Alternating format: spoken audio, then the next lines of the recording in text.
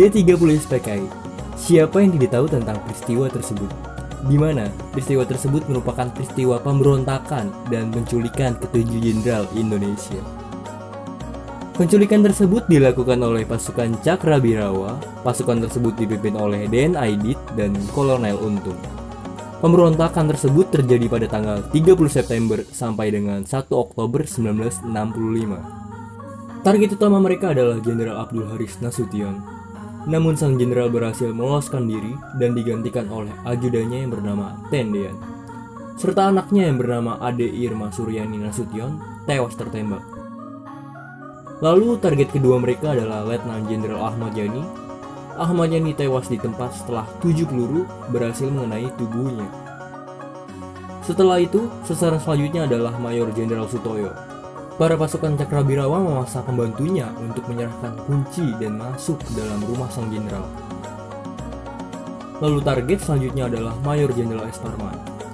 Pasukan Cakrabirawa mengatakan bahwa situasi negara saat itu sedang terancam. Sang jenderal pun segera mengganti pakaiannya dengan seragam dinas dan kemudian dibawa ke lubang buaya. Target selanjutnya yaitu Mayor Jenderal Maijen Suprapto. Anggota Cakrabirawa masuk ke dalam rumah melalui garasi dan kemudian berhasil menangkap sang jenderal dan membawanya ke lubang buaya. Lalu target selanjutnya adalah Mayor Jenderal M.T. Haryono. Sang jenderal tewas di tempat setelah terjadi penembakan di kediamannya. Kemudian dalam kondisi yang sudah tewas, sang jenderal dibawa ke lubang buaya. Lalu target yang terakhir adalah Brigadir Jenderal D.I. Panjaitan. Rumah D.I. Panjaitan adalah yang paling banyak dihujani peluru dan diketahui peluru tersebut berjumlah 500 peluru. Setelah berganti pakaian, sang jenderal turun dan langsung menuju ke halaman depan rumah. Ia tewas tertembak saat sedang berdoa di halaman rumah. Lalu jenazahnya langsung dibawa ke lubang buaya.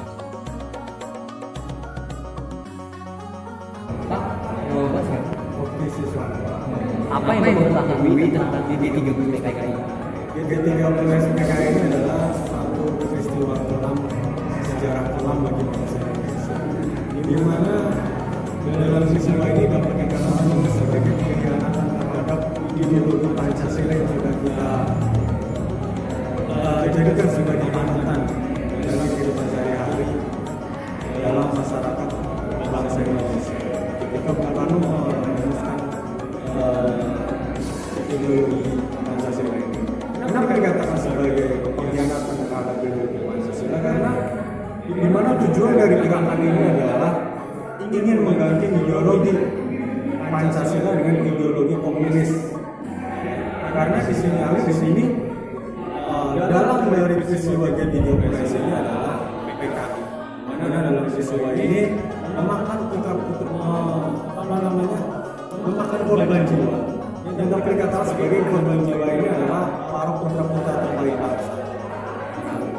Tujuh jenderal ini adalah putra-putra terbaik bangsa yang memiliki segudang prestasi baik dari masa Indonesia memperjuangkan pendidikan sampai langsung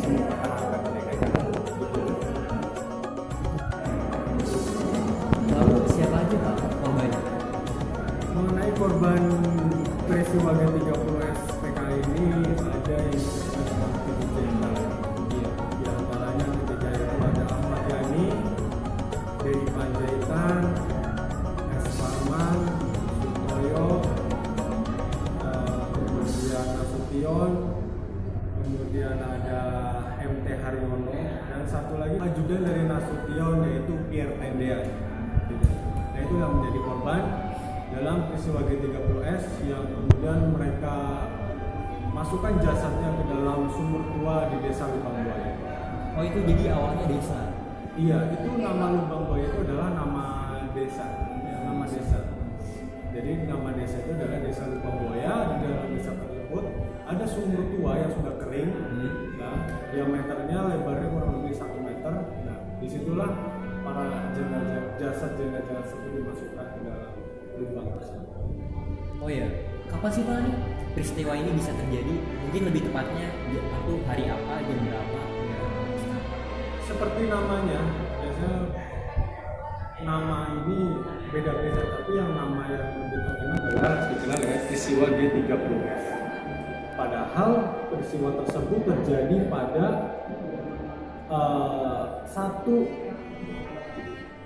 Oktober dini hari, kurang lebihnya pukul 4 pagi.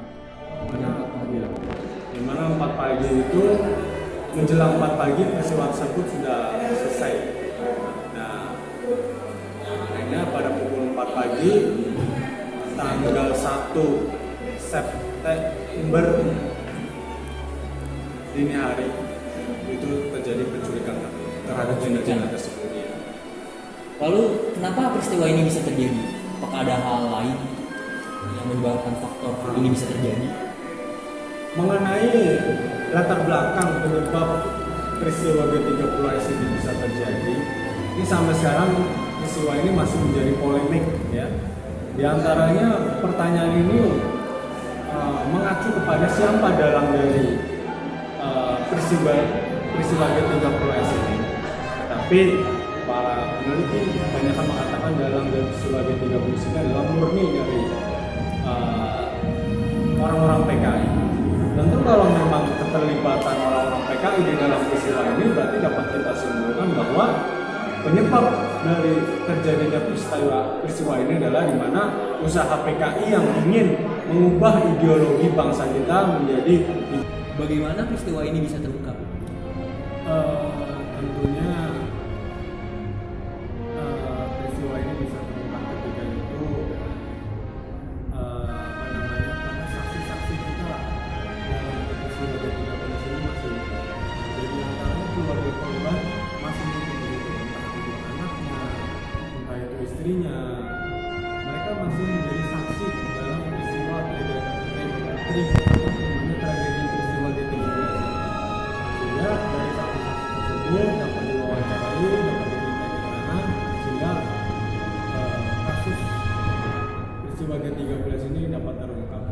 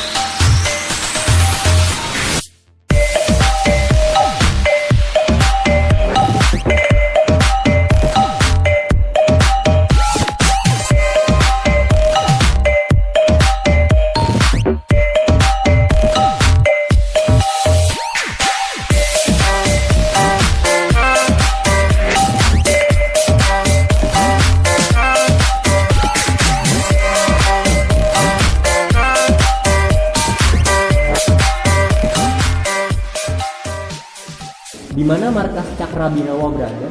Sebenarnya Cakrabirawa ini kan adalah pasukan pengaman presiden. Kalau sekarang itu dinamakannya Pas Pampres.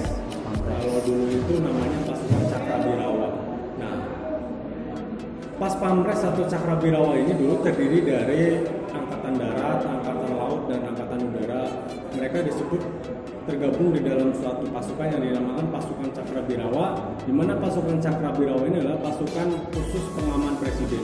Tentunya kalau ditanya di mana markas mereka berada, tentunya ya di Istana Presiden, karena mereka tugasnya adalah menjaga keamanan dari Presiden Soekarno.